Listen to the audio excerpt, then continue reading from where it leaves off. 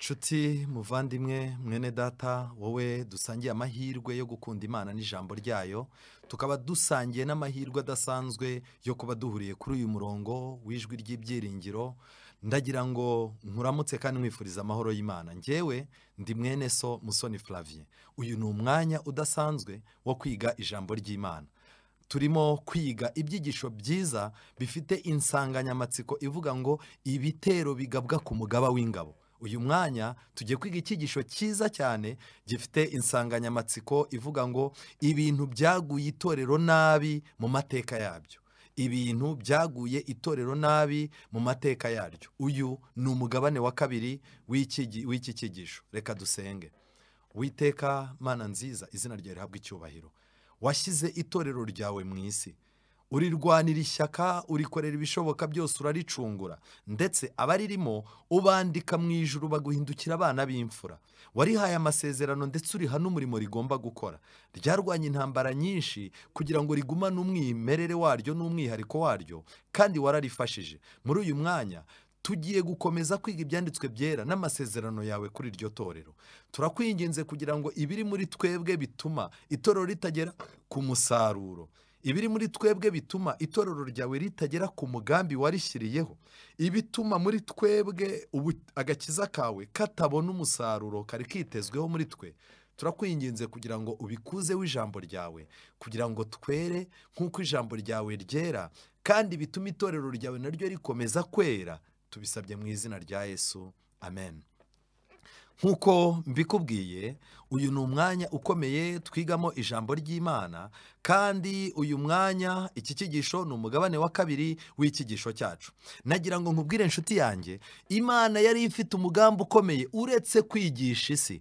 Imana yari ifite umugambi ukomeye ku itorero, kuko itorero niho hantu Imana itangira ubwiru bwayo, kandi abantu bagasobanukirwa n'imigambi ifite ku byaremwe byayo. Urugero, Abefeso igice cya 3 umurongo wa 10, Bibiliya iravuga ngo kugira ngo muri iki gihe abatware n'abafite ubushobozi bwo mu ijuru mu buryo bw'umwuka bamenyeshwe n'itorero ubwenge bw'Imana bw'uburyo bwinshi. Mu magambo make, Imana yari ifite uburyo bwinshi, ubwenge bwinshi igomba kwigisha abantu, igomba kwigisha amasi yewe n'abo mu ijuru. Reka nkwibutse yuko binyuze mu gitambo cya Yesu Kristo, isi n'ijuru byarahujwe, kandi hari amabanga, hari ibintu byinshi abamarayika bareba Kristo akorera mu itorero rye, Kristo akorera mu isi, yakoreye mu isi, ngo abamarayika n'uyu munsi wa none batabasha gushyikira. Kubw'ibyo rero itorero rihishemo ubwenge bw'uburyo bwinshi. Niyo mpamvu muzabona umuntu wakiriye agakiza,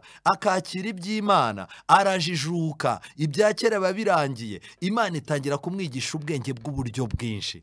Ariko uyu munsi wa none, kuba abantu bakiri mu itorero ari incakura, ntabwo Imana yari yabahamagariye kuba incakura. Oya rwose, byaba bibabaje wicaye mu itorero ry'Imana ukivuga yuko wavukanye amashuri 3, ukivuga yuko watsa umuriro ujunditse amazi, ukivuga yuko ucanye ku maso uri umunyamujyi. Oya, ahubwo muri Kristo Yesu mu itorero twigiramo ubwenge butuma twibeshaho aho turi, kandi tutabangamiye ibyanditswe byera.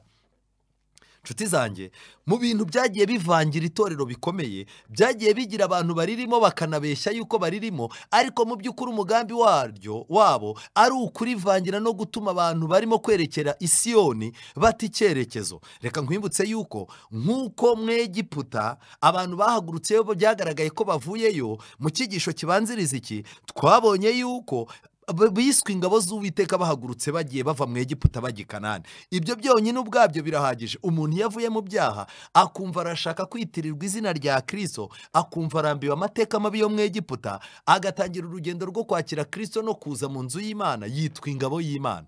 Ariko uko ubutayu bwagendaga buba bubi, ibibazo n'ibigeragezo bibagera, igihe cyarageze baravuga bati twishyirireho umugaba twisubirire mu Egiputa.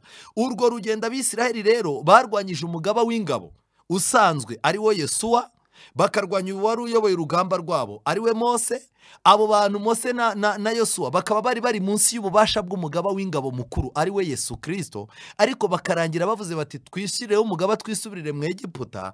Ni nako n'uyu munsi wa none itorero ririmo kuva mu Egiputa rijya i Kanani, hagiye habonekamo abantu bifuza gusubiza itsinda, bifuza gusubiza itorero mu Egiputa. Aba bantu bagiye baba abayobozi mu buyobozi bwo hejuru, abandi babaye abizera, abandi babaye abantu bafite amafaranga, abandi babaye abanyempano, abandi babaye abavugabutumwa b'ibirangirire. Hagiye haboneka abantu barwana intambara ngo itorero riterekeza aho ririmo kwerekeza.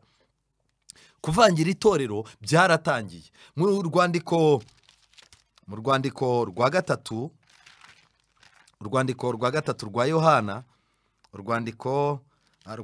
rwa Yohana, umurongo igice cya mbere umurongo wa 9 ni igice kimwe n'ubundi. Urwandiko rwa gatatu rwa Yohana igice cya mbere umurongo wa 9, Bibiliya iravuga ngo hari icyo nandikiye itorero, ariko Diyotirefe ushaka kuba ukomeye muri bo araturosera.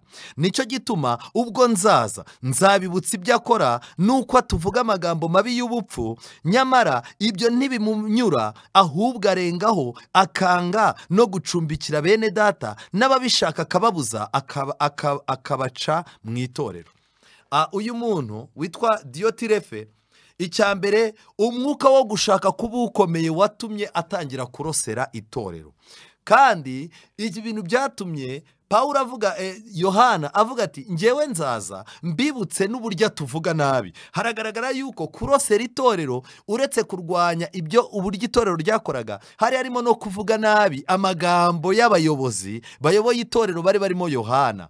Ndetse Yohana akanavuga ati ibyo ntago byamunyuze, ahubwo yarengagaho akanga no gucumbikira bene data. Mu gihe cy'intumwa, bitewe nuko nta mazu bari bafite yo kubamo, abavugabutumwa bagendaga barara ahantu ku bantu bakunda Imana. Rero igitero gikaze cyo kuba abavugabutumwa badashobora gucumbikirwa cyabaga ari igitero kibi cyane. Reka nkwibutse yuko ibikorwa bibi bikorewe umuvugabutumwa, ibikorwa bibi bikorewe umuntu uhagarariye umurimo ahantu, Imana ibifata nk'ibikorwa bikomeye cyane, ndetse ibifata nk'ubugambanyi.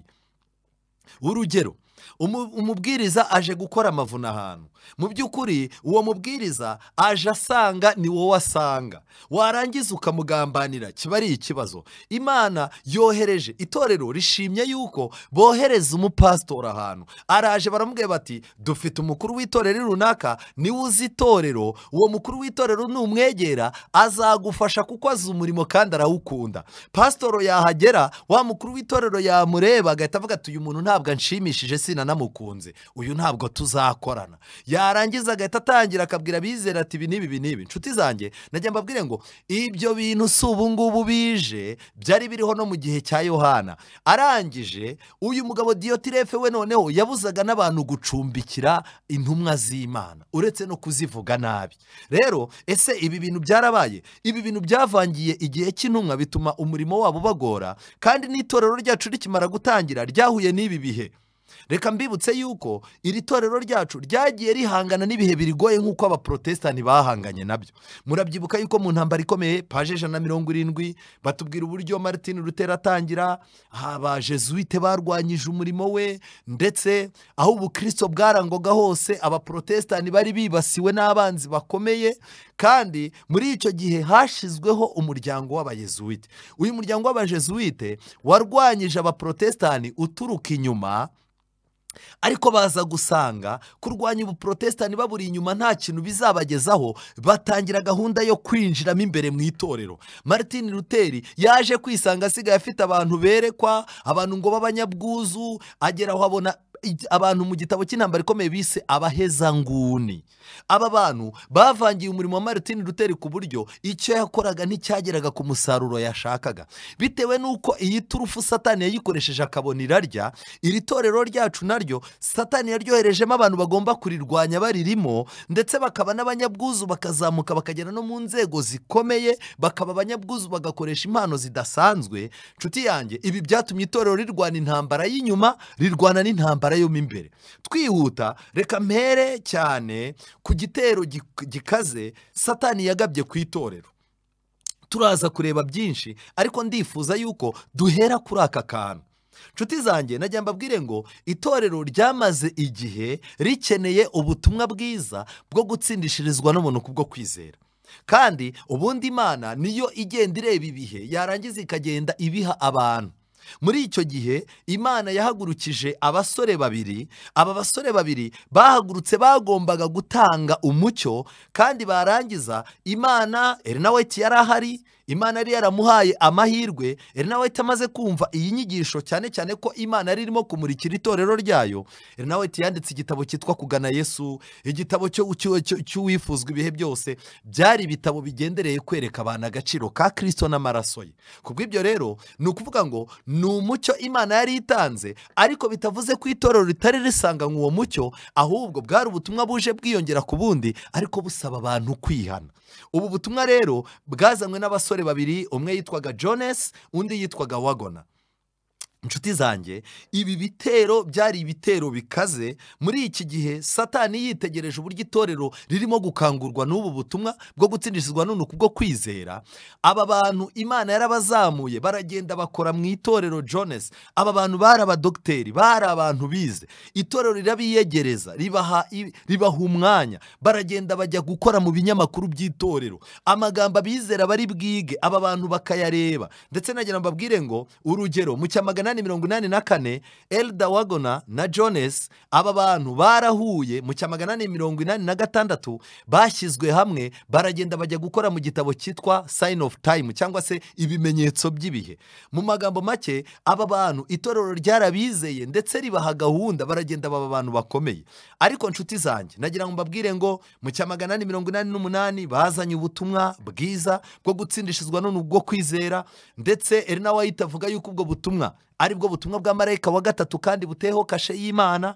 Ariko mu by'ukuri itorero kubera kutumvikana n'abayobozi bamwe b'itorero batakiriye neza, bari bafite amakenga yuko ubutumwa bwo gutsindishizwa n'ubuntu kubwo kwizera buzatera ikintu kimeze nk'inyeganyega, bugatuma bizera badakora, bakabwumva nabi. Ariko Imana yaciye muri Ernaweti yandika ibitabo by'umwuka w'ubuhanuzi byagombaga kwerekana uburyo abantu bakira Kristo n'igitambo cye, kandi ntibibabuze gukora umurimo w'Imana, ntibibabuze no gukomeza kuvuga ubutumwa bagombaga kuvuga. Satani amaze kubona aba basore beza bazamuye ubutumwa, bazamutse neza, Satani yarabarebye akurikije ukuntu bumviswe neza, asanga uko mesaje yabo yagize akamaro mu itorero, nubwo yari ihanganye abayobozi bamwe batayakiriye, ariko nyuma baje kugeraho basaba imbabazi kuko bahanganaga mu mubiri. Ikibazo cyaje kuvuka ni kimwe. Satani yarebye aba basore arangije aravuga ati, aba basore ubwo babaye umuyoboro mwiza wo kuvuga ibintu byose bigakorwa ndetse hakaboneka impinduka, nanjye ngomba gushaka uburyo mbakoreramo. Satani yabinjiyemo, arangije muraza kureba nko mu ibaruwa Ernaweti yanditse, mu ibaruwa ye yanditse yo mu 1906, ibaruwa y'116, Ernaweti muri letters 116, Ernaweti yagize iyerekwa anaryandikamo, aho yari yatangiye kubona ibitero bya Satani byari byatangiye kwigaba cyane kuri aba basore. Hari hashize imyaka ingahe? 1988. Ubwo hano tugeze ni mu 1906. Ni ukuvuga ngo Satani yagiye abasenya kuko bari bamaze kubaka izina, abashyira mu mutima wo kwiyumvamo yuko ubwo ari abavuga butumwa bakomeye, ari abantu bahawe umucyo kandi bakawuzana imbere y'itorero, nawe akawuteraho kashe yuko ari ukuri. Byatumye Satani abatandukanya n'ubutumwa, ubutumwa busigara ari ubw'ukuri, ariko Satani atangira kubavangira, bo ntibaba bukuri. Byagenze gute? Mu by'ukuri mu itorero hari harimo umugabo witwa Dr. Kellogg. Uyu mugabo witwa Dr. Kellogg yari umudogiteri wacu mu buvuzi, ariko uyu mugabo yari yaratangiye kuvangirwa n'inyigisho z'abadayimoni, atangira kuzaza yandika ibitabo, atangira kuzaza akora ibintu byinshi, ariko byose birwanya umwuka w'ubuhanuzi kandi ari mu itorero. N'uyu munsi wa none dufite abantu bashobora kuba bari mu nzego z'itorero, dufite abantu bize amashuri menshi, dufite abantu ku matorero atandukanye bumva umwuka w'ubuhanuzi nta kintu uvuze. Ibi rero ni ubuyobe bukomeye. Kellogg rero yatangiye kubona aramutse ayobeje bariya basore babiri, akabashyira mu kwaha kwe bakagendera mu bitekerezo bye, byazageraho ibitekerezo bye bikemerwa mu itorero.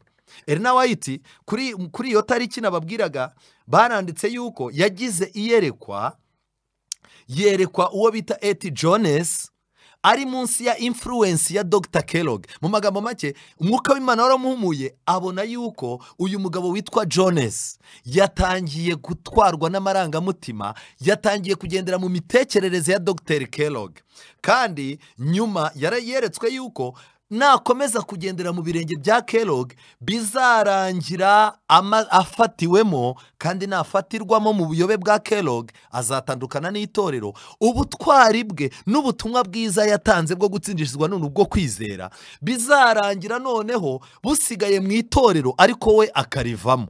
Ngibi uko byaje kugenda. Elena White yakomeje gutanga comment, cyangwa se nimuza kureba neza biri kuri website ya Elena White. Noneho arangije aranamwegera mugira inama, arambwira ati mwene data wifatirwa mu buyobe, Satani arimo aragushyira mu kintu cya confusion cyangwa se cy'urujijo, kandi ukwiye kwitonda kuko urimo uragendera mu butaka bw'umwanzi kandi azakugusha mu mitego. Ariko uyu muntu ikosa rikomeye yari afite, hano mu gitabo cy'icyongereza baranditse ngo he was a man with too much self confidence. Ngiki icyaha cya Jones. Jones niwe wabanje gufatwa, kandi yafatiwe mu mutego w'icyaha cyitwa self confidence, kwigirira icyizere gikomeye kugeza ubwo nta muntu waguhangara, nta wakugira inama, nta gahunda wagendera munsi, uri umuntu uri mu kirere ku bintu byose. Ngiki kintu Elena White yaramubwira ati ufite ikibazo cya self confidence. Nshuti zanjye, uyu munsi wa none abantu batandukana n'itorero, abantu barimo kurivamo, abayobozi b'itorero barimo kwivumbura, abantu benshi barimo kugira ibibazo. Dufite ikibazo cyo kutemera kugendera muri gahunda y'Imana, tugashaka kugira icyo bita much self confidence. Iki kintu cyakoze kuri uyu muntu, kandi nanone nagira ngo nkubwire ngo si ibyo gusa. Wagona nawe yageze aho ngaho mu 1891. Wagona niwe wari waratangiye agendera mu igare, igihe kiragera Wagona nawe arangije agwa mu mutego nk'uyu nguyu. Uyu mugabo witwa Kellogg rero yaplaningaga yuko yakwigarurira ibitekerezo by'abantu b'Battle Creek, ariko yifashishije abavuga butumwa bakunzwe.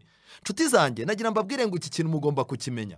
Mu mwaka w'1906 ijwi nanone ryaraje. Dr. Kellogg yakontroye nk'uko yakontroraga uwo muntu, yageze aho nabwo ashaka gukontrora wa muntu wundi ariwe Wagona.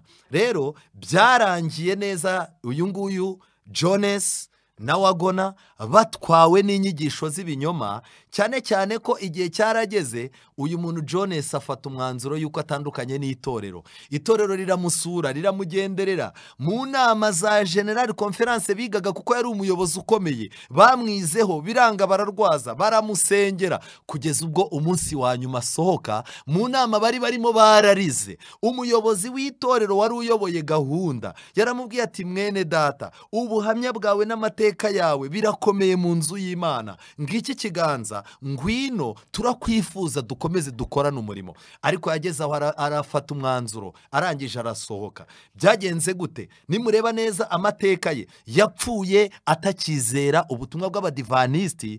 Ariko Imana ishimwe, ikintu kigaragara ni kimwe, nuko nubwo yagiye, umugore we yagumye mu itorero. Uyu mugabo bamushyinguye mu 1923 ku itariki 28, hari mu kwezi, ndabona bishoboka kuba hari mu kwezi kwa gatandatu, apfa atagiheruka ibyo kwizera, apfa yaratandukanye n'itorero. Baramushyingura, abantu barababara, ibintu birarangira. Ariko umugore we aricara aramubwira ati njyewe nazanye nawe, nabanye nawe turi mu mucyo w'iri torero, ntago nemera gutandukana n'itorero, uzagume mu bintu byawe, nanjye nzaguma mu byanjye. N'uyu munsi wa none abadamu beza nk'aba barahari, babona umugabo yaguye mu buyobe bakamubwira bati Imana ikube hafi igufashe, ariko njye n'abana banjye ntago tuzajya kure y'ukuri twizeraga. Nshuti zanjye, ibi bintu birababaje cyane, kandi birababaje. Reka rero turebe uyu muntu witwa Wagona we byamugendekeye gute. Mu buryo budasanzwe nawe Jones ndetse na Kellogg bari baragiye baramwegera nawe baramwigisha, ndetse igihe kiragera atangira kutizera umwuka w'ubuhanuzi. Byarangiye nawe atandukanye n'itorero. Mu mwaka w'1904 Ellen White yari yaravuze kuri uwo muntu, avuga kuri Wagona, avuga uburyo Imana yabakoresheje umurimo ukomeye, ariko nanone nibatitonda bashobora kuzava mu murimo. Ariko Ellen White abwira abantu, arababwira ati aba bantu Imana yabakoresheje umurimo, nubwo bagenda ubutumwa batanze ntabwo bivuze ko butari ubw'ukuri. Ubutumwa batanze bugomba gukomeza. Nshuti zanjye, ntabwo bivuze yuko ubutumwa umuntu yatangiye ku ruhimbi akizera ubutumwa igihe agiye bugomba kwigizwayo, ahubwo hagomba kubaho kumusura no kumusabira. Ariko ubwo butumwa, urugero nk'uyu Jones na Wagona banditse, nababwiye ko banditse mu kinyamakuru cya Signs of Time. Mu magambo make ni ibimenyetso by'ibihe. Muzarebe ibinyamakuru n'amigisho atandukanye twagiye twigiramo, aya magambo yandikwaga n'aba bantu yari amagambo akomera. Rero ubutumwa ushobora kuba ubufite ari bwo, ariko kubwo kwishyira hejuru no kudagirwa inama no kudaca bugufi, bwa butumwa bwawe bukazasigara bufasha abantu, ariko icyitegererezo cyawe cyo cyaragiye, kandi ukazasoza udafitanye isano n'amateka y'ukuri. Imana idutabare cyane. Iki cyaha gikorwa n'abapastoro, iki cyaha gikorwa n'abalayiki, iki cyaha gikorwa n'abakuru b'itorero bubatse izina, iki cyaha gikorwa n'abaririmbyi bubatse izina, aho umuntu bamugira inama uko barushaho kumucisha bugufi ngo bamuganirize, akarushaho kujya mu kirere kugeza ubwo atandukana n'itorero, kandi akumva ko ari bwo abohotse, ubwo atandukanye n'inzu y'Imana.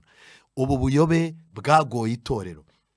Wagona igihe cyarageze aragenda ajya gusengera mu rindi torero, ndetse amateka mfite hano yageze aho aragenda ajya gusengera mu rindi torero, kandi n'amateka ye buriya ni nako yarangiye. Kuko nimureba neza, igihe cyarageze nawe ararwara, atandukana n'umugore. Amaze gutandukana n'umugore biba bibi, kubera ko byari birimo ibyaha byo kuba ngo hari undi mugore yari yarakunze, nawe ngo umugore bahuriraga mu bintu by'imirimo ngo aramukunda, arangije agirana ibibazo umugore aragenda. Urumva ahinduka umuntu ufite igisebo nk'icyo. Ibintu biragenda biba bibi, kugeza ubwo na Ellen White yari yaramugiriye inama, aramubwira ati rwose Satani yaraguteza imitego iburyo n'ibumoso, kandi nuhunga umutego umwe uzagwa ku wundi. Ariko byarangiye uyu mugabo nawe ubuzima bwe burangiye. Reka twihute. Ubuyobe bw'Indiyana. Igihe cyaje kugera ahantu hitwa Indiyana, aya ni amagambo muzasoma mu gitabo cy'ubutumwa bwatoranijwe, aho batubwira ko muri Indiyana Satani yahagabye igitero mu cya 886. Nshuti zanjye, uyu muntu witwa Davis, papa we yari umubatista, nyina yari umumetodiste, yamenyekanye ahitwa Indiyana, kandi aho Indiyana ni muri Amerika. Ubutumwa bw'abadivantisiti yabwakiriye afite imyaka 32.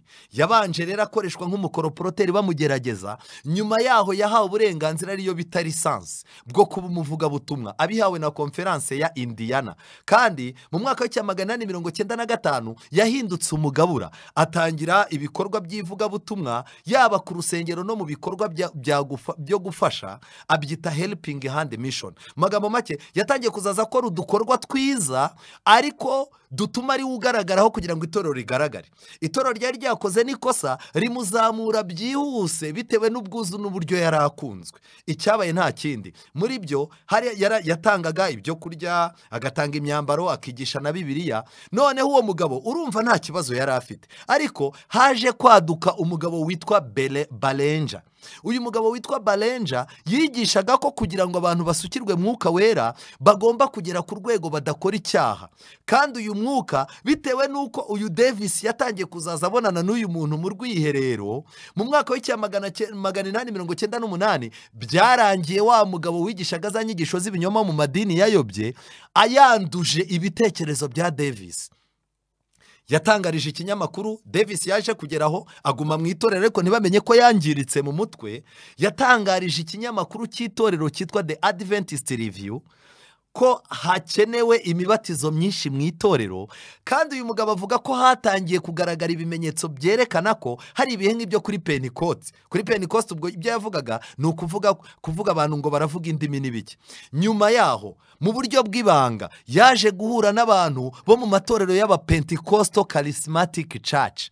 Abakarismatike ni itsinda rikomoka muri Kiliziya Gatulika ariko ryifashisha imyizerere ya giprotestani kugira ngo ryigarurire abaprotestani. Rero yaje kwisanga ari muri aba bantu Pentecostal Charismatic Church. Nyuma amaze kubonana nabo yaje kubwira umwe mu bayobozi b'itorero, aramubwira tumva nkubwiza ukuri, bariya abantu bafite umwuka natwe dufite ukuri, ariko twe turamutse tugize amahirwe tukagira ukuri nk'uko bafite, tukagira umwuka nk'uwo bafite, ukuri kwacu nibwo kwagira imbaraga.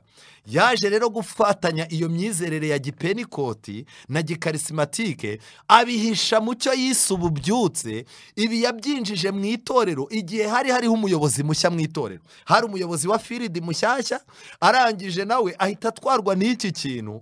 Byasabye itorero kuba maso, ariko ikibazo cyavutse ni ikihe? Baragiye bafata inyigisho eshatu: ubumana bwa Kristo, Adamu wa mbere na Adamu wa kabiri, uko umunyabyaha ahinduka umukiranutsi. Izi nyigisho baraziyobya kugeza ubwo abantu bazakiraga bazi ko bakiriye umucyo.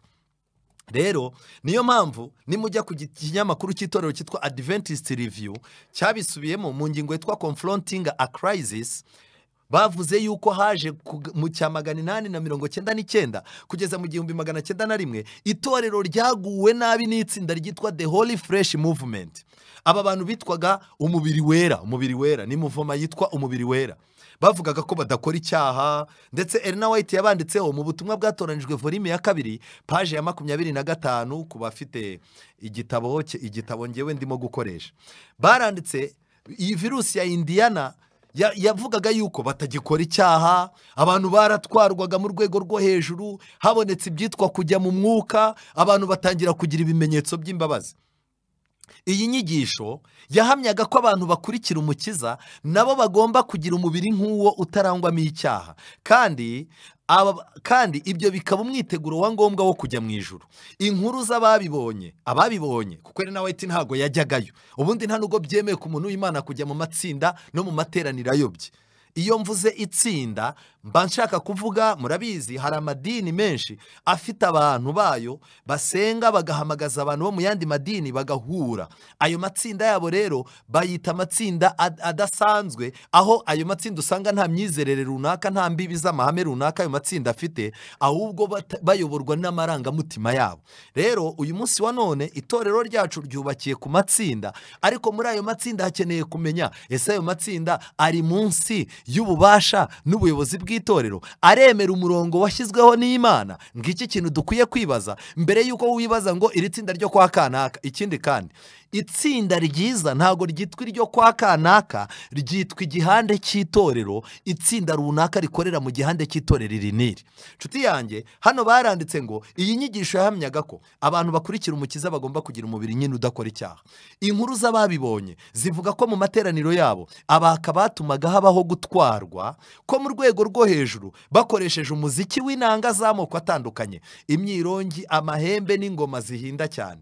Bashakaga ko imibiri yabo ikora, bagasakuza cyane, bagasenga kandi bakaririmba, kugeza ubwo umuntu wabaga uri mu iteraniro yashoboraga kuvaho yicaye akikubita hasi yubamye yataye ubwenge. Umuntu umwe cyangwa babiri bagendagendaga hagati y'intebe bagambiriye gukurura uwabaga yaguye hasi kugira ngo bamujyane imbere y'iteraniro. Bityo hafi y'abantu 12 bagombaga kuzenguruka uwo muntu urambaraye hasi, bamwe baririmba, abandi bavuza induru, abandi basenga. Abo bose bakabikorera icyarimwe. Igihe uwabaga arambaraye hasi yabaga amaze kugarura ubwenge, yashyirwaga mu mubare w'abanyuze mu mubabaro w'Igetsemani, yahawe umubiri wera kandi biringiye kujya mu ijuru. Kubw'ibyo bemezaga ko umuntu nk'uwo adashobora gukora icyaha kandi ko atazapfa.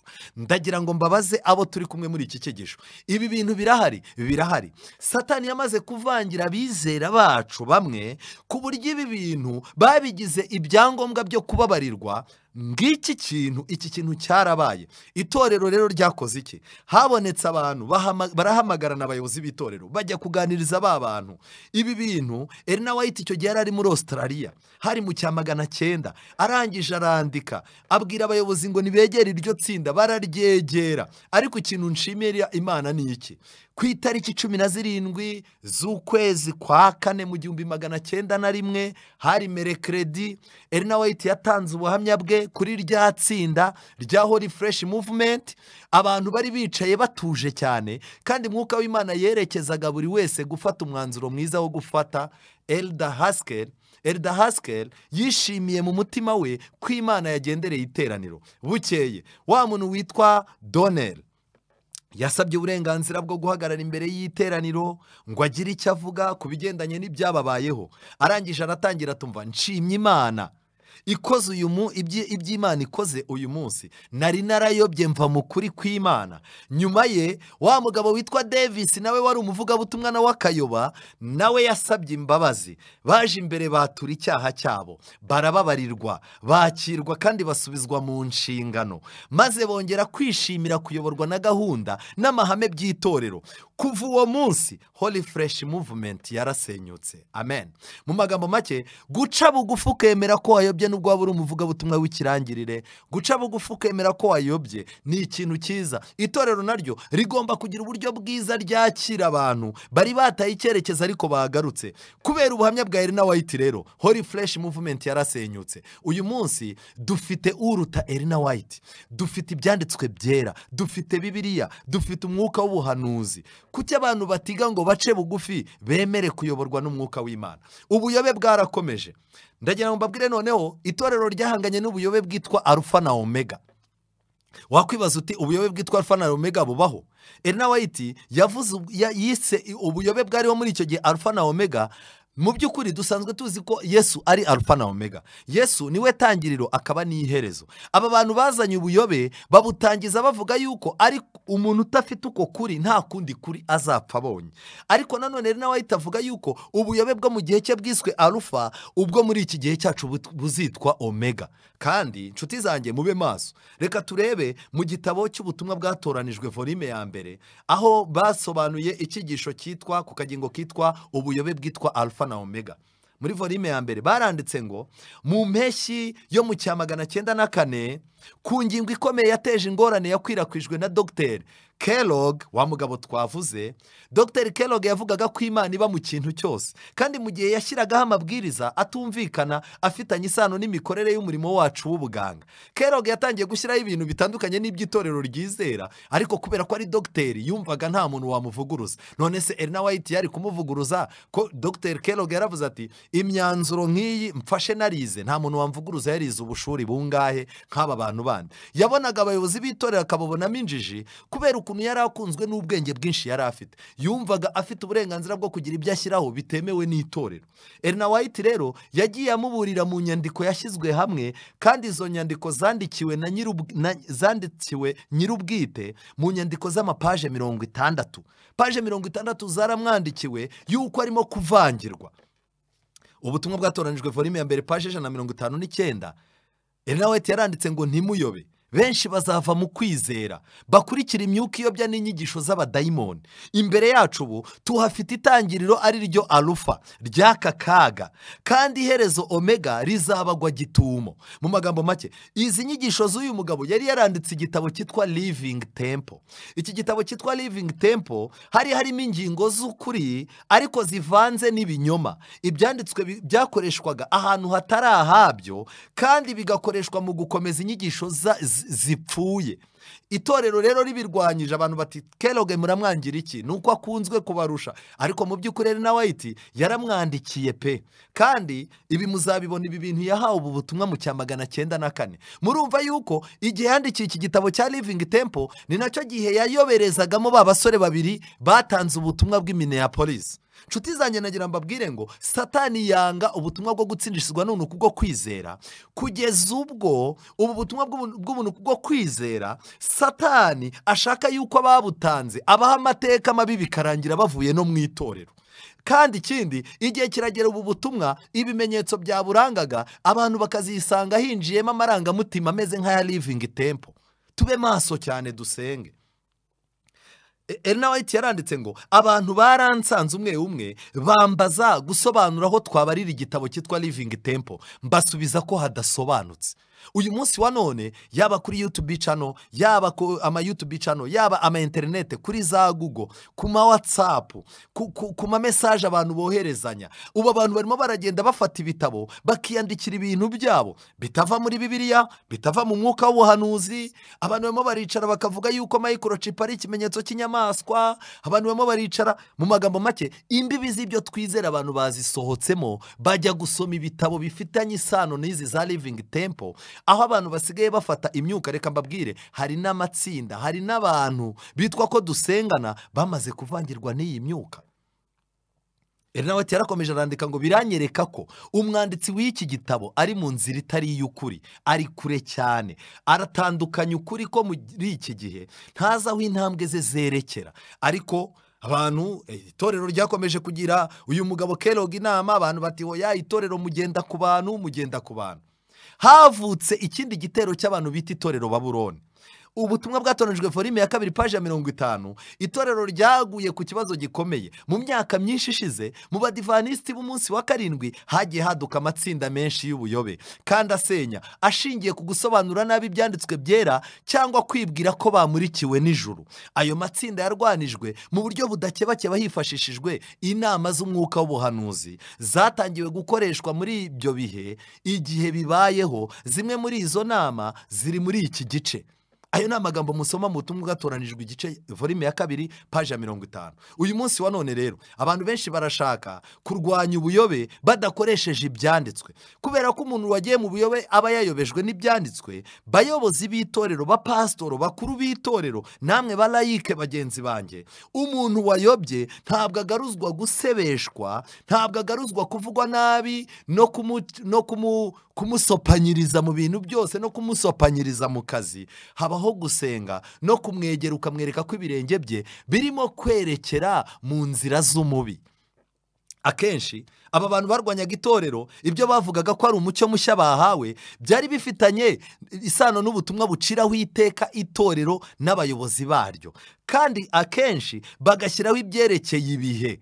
Rimwe mu matsinda nk'ayo ni iryitwa ijwi rirangurura rya marayika wa 3, ryari riyobowe n'umugabo witwa Stanton. Iryo tsinda ryarwanyijwe hifashishijwe inyandiko zitandukanye zasohotse mu kinyamakuru cyitwaga Urwibutso n'Integuza mu 1893.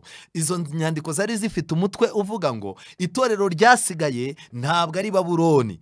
Rero nshuti zanjye, uyu munsi wa none ntibigutangaze wowe unteze amatwi kuba urimo kumva abantu bavuga ko itorero ryabaye Babuloni. Umuntu akumva akantu kabaye muri Amerika, akantu kabaye mu Burayi, akumva akantu kashyizwe mu binyamakuru mu Rwanda, yarangiza ati ndivuyemo ryabaye Babuloni. Ntabwo ariko bimeze. Ntabwo itorero ry'Imana rihinduka bitewe n'itangazo ryatangiwe kuri WhatsApp. Oya, ijambo ry'Imana mu butumwa bwatoranijwe volume ya 2 page 51 baranditse bavuga iby'uwo mugabo. Havutse undi mugabo ukomeye, yavuze ko ubutumwa afite ari ijwi rirangurura rya marayika wa 3 wagombaga kumurikishiriza isi ubwiza bwe. Yatekerezaga ko Imana yirengagije abakozi bose bari abayobozi, maze abari we iha ubwo butumwa. Uyu we yazanye ubutumwa buvuga ngo Imana yatandukanye na General Conference, Imana yatandukanye na Field n'izindi nzego z'itorero. Arangije ahita avuga ati njyewe ninjye ngenyine Imana irimo kuvugana nanjye. Yavugaga ko abadivanisi umunsi wa 7 ari Babuloni, kandi igihe twamubwiraga ibyo dutekereza, uyu nawe turimo gutanga ubuhamya, tukamugaragariza ko yayobye, hagiraga imbaraga ikomeye imuzaho, maze akavuga ijwi rirenga. Yaduteye ibibazo cyane, yataye umutwe, maze biba ngombwa ko ajyanwa mu bitaro by'abafite ibibazo byo mu mutwe. Uyu nawe yaravuze ati uyu mugabo yatuguye nabi. Yavugaga ko itorero ryabaye Babuloni, akavuga ko Imana yatandukanye n'ubuyobozi bw'itorero ari we wenyine. Arangije abagwa n'abari ko baricara akavuga ati uyu muntu twazagiye kumuvuza. Nawe niwe wabivuze, bamujyanye kwa muganga basanga amaranye ikihe ibibazo byo mu mutwe. Tugiye guhura n'ikibazo gikomeye mu itorero by'abantu bagiye kurwara ihahamuka, bagiye kurwara indwara zo mu mutwe, ariko nibirangiza bivangwe n'ubutumwa bw'amarayika wa gatatu biba akavuyo. Ariko nshuti zanjye, ndagira ngo mbasabe mwegere Imana, nayo izabegera. Musabe Imana amahoro no gutuza. Aya magambo nari ndimo gusoma ari mu butumwa bwatoranijwe volume ya 2 page 51. Undi mugabo witwaga Garmire nawe yarahagurutse agwa nabi itorero, yashyigikiye kandi agira ubutumwa bwanditse asohora bwerekeye ijwi rirenga rya marayika wa gatatu. Aba bose bajyaga bavuga ngo ni ubutumwa bw'abamarayika batatu barimo gutanga, kandi bakavuga ko ijwi bafite ari irya marayika wa gatatu. N'uyu munsi wa none ubuyobe bwose barimo barabwita ijwi rirenga, ubuyobe bwose burimo buritwa ijwi rya marayika wa gatatu. Ariko ndajya mbabwire ngo Imana yifitiye abavuga butumwa barimo gutangaza ubutumwa bw'amarayika batatu, badatinya icyaha, badatinya ikibi. Ibyaha byose guturuka ku byo mu rwego rwo hasi kugeza mu rwego rwo hejuru barabivuga, ariko ibyo bintu ntibituma batandukana n'itorero barigumamo. Uyu mugabo Garmire rero yavuze ko abayobozi bo mu itorero bose bazagwa bitewe no kwishyira hejuru, maze itsinda ry'abantu bicisha bugufi rigahaguruka rikayobora kandi bagakora ibintu bitangaje. Uyu mugabo yari afite abakobwa bavugaga ko berekwa. Aya magambo muzayasoma mu butumwa bwatoranijwe volume ya 2 page 52. Uyu mugabo yaguye itorero nabi, we yaje avuga ko abayobozi Imana izajugunya hanze. Abayobozi b'itorero bayobye, yarangiza Imana igahagurutsa kandi gatsiko keza kayikiranukira. Kandi uyu mugabo yanavugaga yuko afite abakobwa berekwa kugira ngo ubuhanuzi nawe itarimo guhabwa buteshwa agaciro. Yavugaga yuko abana be nabo babegera barimo kwerekwa, ahubwo itorero ryashyize nawe ayita imbere aba ari we ryemera gusa. Nawe yaravuze ngo nasobanuriwe ubu buyobe. Uyu yari umugabo w'umuhanga wavugaga rikijyana, utarikundaga, wari wuzuye ubwuzu, yari umugabo w'inyangamugayo rwose, ndetse yari afite ishusho yo kuba ari umuntu wejejwe kandi witonze. Nyamara ijambo ry'Imana ryanjeho ndagenda mugira inama. Nshuti zanjye, twihuta, uyu mugabo witwa Garmire n'amayerekwa y'abakobwa be uyu Garmire yemeje umusore wari inyangamugayo kandi washyiraga mu gaciro, amusaba ko yajya mwibira ingingo z'ingenzi zasohokaga mu kinyamakuru cyitwaga Urwibutso n'Integuza cy'Itorero. Iki cyari icyaha gihanishwa igifungo, maze bituma uyu musore ahunga i Batroclick.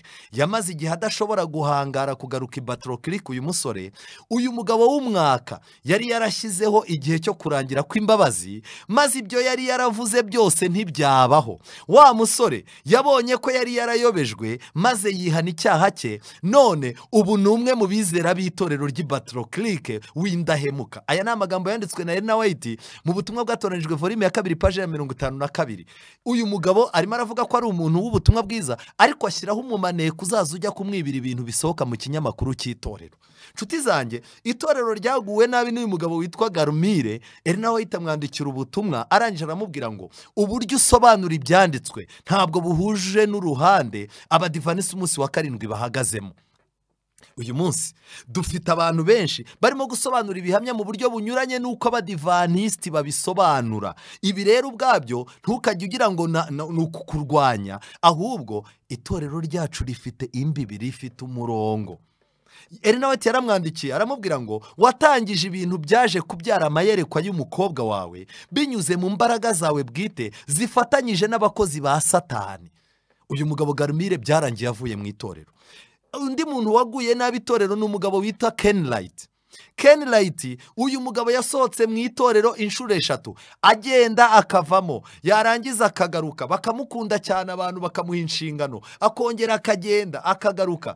Kenlight yari afite ikihe kibazo? Yari umukozi w'itorero ry'abadivanisi umunsi wa 7, nyamara agahitamo kuva mu ngabo z'itorero ryasigaye. Izina rye rizwi na benshi muri twe. Yari umugabo wiringirwaga kandi agakundwa n'abayobozi ndetse n'abavuga butumwa b'abakorerabushake baramukundaga. Nyamara yemeye ko mu mutima we hinjira akabuto ko kutiringira no gusharira, maze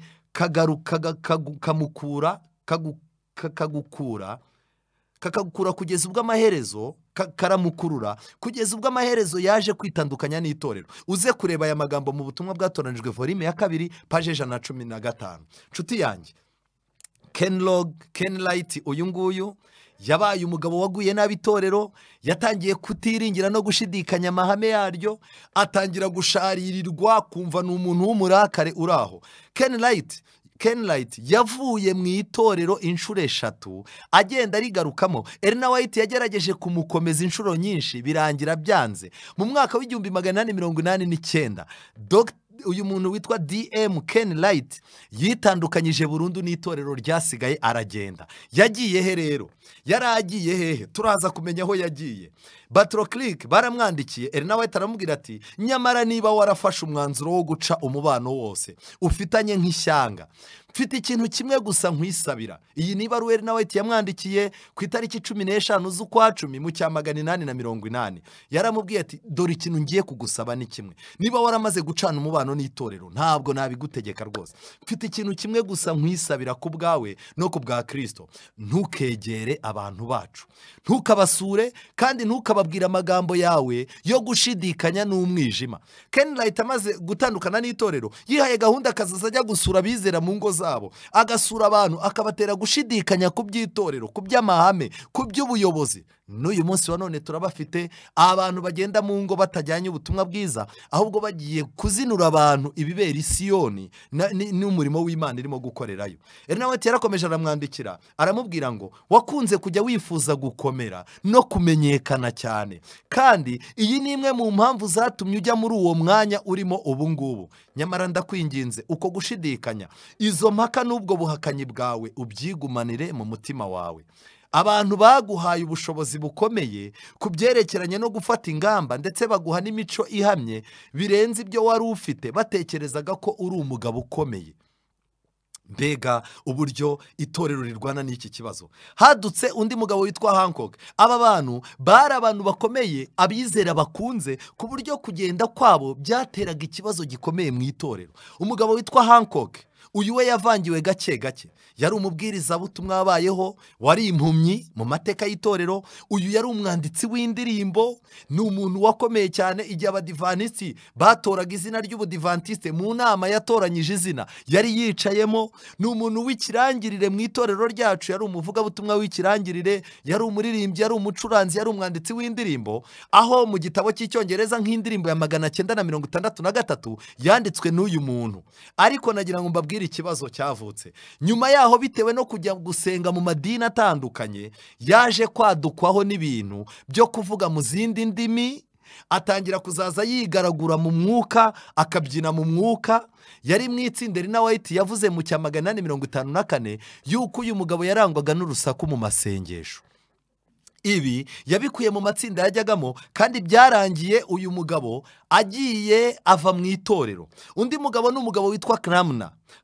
Uyu nguyu yari umwizera w'itorero, ariko akaba yari afite icyaha gikomeye. Yashakaga kuba umuyobozi, yari umuntu ukunzwe n'abantu bamukunda. Yabayeho mu 1814 kugeza mu 1903. Ariko uyu mugabo witwa Cramna, amateka y'itorero atwereka yuko yagiranye ibibazo n'itorero. Kubera iki? Nyuma yuko ashatse kuba umwe mu bantu bakomeye bikanga, kubera ko yari yashatse guhabwa igipapuro cyo kuba umupasitoro kugira ngo ahabwe inshingano zikomeye. Ariko Elena White aza kuvumbura yuko uyu mugabo yari afite icyaha. Mwabaza muti ni ikihe cyaha? Elena White yeretswe yuko Cramna yanywaga itabi, kandi yari umuyobozi w'itorero ashaka no gukomera ngo ajye mu nzego zo hejuru. Elena White igihe kimwe barahuye, barapfukama. Elena White amubwira icyaha cye, Cramna amusaba imbabazi, kandi Elena White ntiyigeze abivuga. Cramna rero uyu yakomeje kubihirwa cyane kubera kudahabwa ubuyobozi. Arangije ageraho afata gahunda yo kwibasira umugabo wa Elena White, ari we wari umuyobozi wa General Conference muri icyo gihe. Aramurwanya, ariko arangije ategura n'amatsinda azaza amurwanya, hifashishijwe no kurwanya amayerekwa ya Elena White, kuko Elena White yari umugore wa James White. Ibi bintu byaje gutuma Cramna bumubihe. Mu 1860 yatangije ibikorwa byatumye abona abayoboke i Michigan. Abo nyuma nibo baje kwitwa Church of God 7 Day. Urumva yashinze idini.